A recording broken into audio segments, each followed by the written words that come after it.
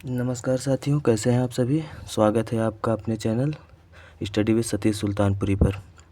तो साथियों, डेली की तरह आज भी हम एक नई वीडियो के साथ, नई एनर्जी के साथ आप सबके बीच में उपस्थित हुए हैं।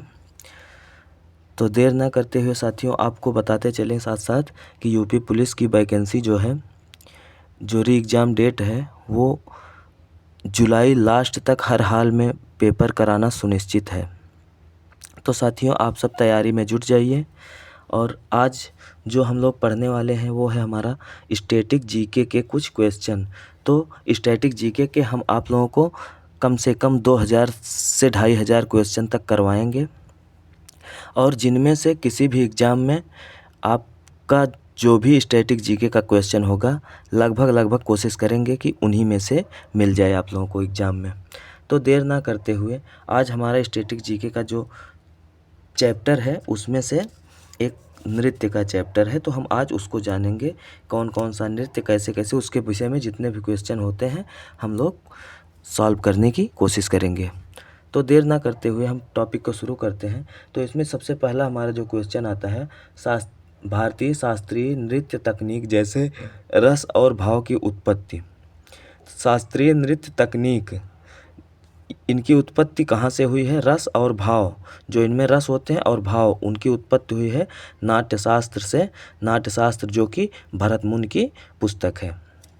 फिर उसके बाद अगला क्वेश्चन हम लोग देखते हैं, लावड़ी, पोवाड़ा, कोली, वाग्या मुरली और धनगारी गाजा लोक नृत्य कहाँ की है? तो ये लोक नृत्य कहाँ की है?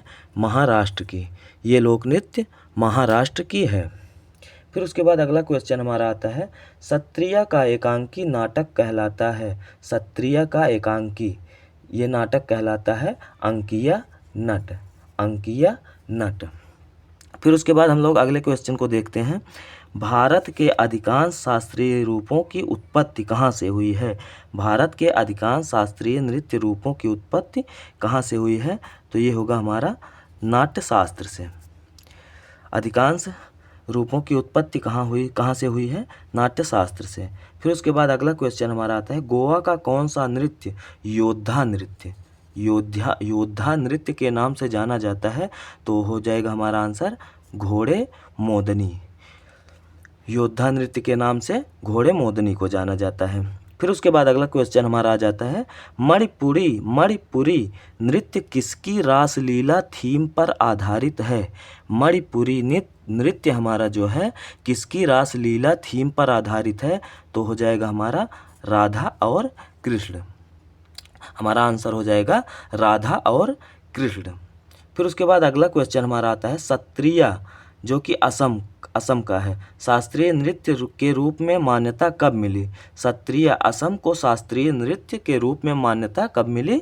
तो सन 2000 में इसको मान्यता मिल गई।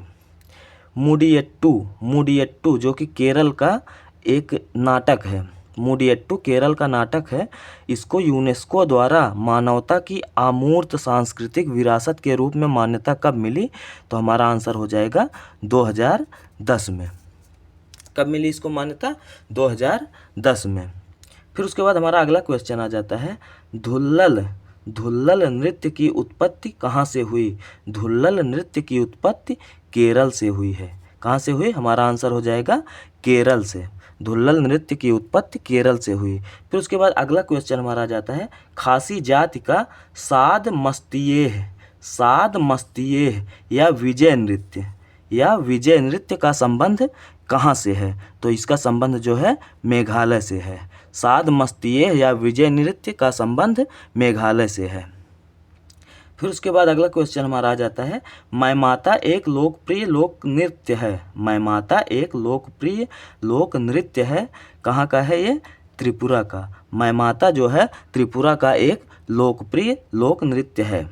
फिर उसके बाद अगला क्वेश्चन हमारा आता है, भरतनाट्यम नृत्य पारंपरिक रूप से कहाँ किया जाता है? भरतनाट्यम नृत्य पारंपरिक रूप से कर्नाटक संगीत में होता है। पारंपरिक रूप में कर्नाटक संगीत में होता है। ठुमरी संगीत संबंधित है। ठुमरी संगीत किससे संबंधित है? कथक जो कि उत्तर प्रदेश का है। ठुमरी संगीत कथक उत्तर प्रदेश से संबंधित है। फिर उसके बाद अगला क्वेश्चन हमारा आता है, मणिपुरी शास्त्रीय नृत्य के पुरुष प्रारूप को क्या कहा जाता है? मणिपुरी शास्त्रीय नृत्य के पुरुष प्रारूप को चोलोम्स कहा जाता है। क्या कहा जाता है? चोलोम्स। हमारा आंसर हो जाएगा चोलोम्स। फिर उसके बाद अगला क्वेश्चन हमारा आता है, कथकली नृत्य के पूर्व में, कथकली जो नृत्य होता है उसके पूर्व में एक अभ्यास सत्र बुलाया जाता है। अभ्यास सत्र बुलाया जाता है तो उसको क्या कहते हैं? उस अभ्यास सत्र को कहते हैं सेवा काली। उस अभ्यास सत्र को कहते हैं सेवा काली। फिर उसके बाद हमारा अगला क्वेश्चन जो आता है, आज का लास्ट क्वेश्चन है ये, वह अभिनय जो वेशभूषा, आभूषण, चेहरे के मेकअप के उपयोग से संबंधित है। वह अभिनय जो वेशभूषा, आभूषण, चेहरे के मेकअप के उपयोग से संबंधित है। तो इसका आंसर हो जाएगा आहार्य अभिनय। इसका आंसर हो जाएगा आहार्य अभिनय। तो साथियों, आशा करते हैं कि आज का टॉपिक आप लोगों को समझ में आया होगा। अगर समझ में आए तो लाइक कर दीजिएगा, चैनल पे नए हैं तो सब्सक्राइब कर दीजिएगा, और भी जो यार दोस्त हैं आपके उनसे सब्सक्राइब करवाइए, शेयर करिए। आज के लिए बस इतना ही, मिलते हैं अगली वीडियो में। तब तक के लिए धन्यवाद।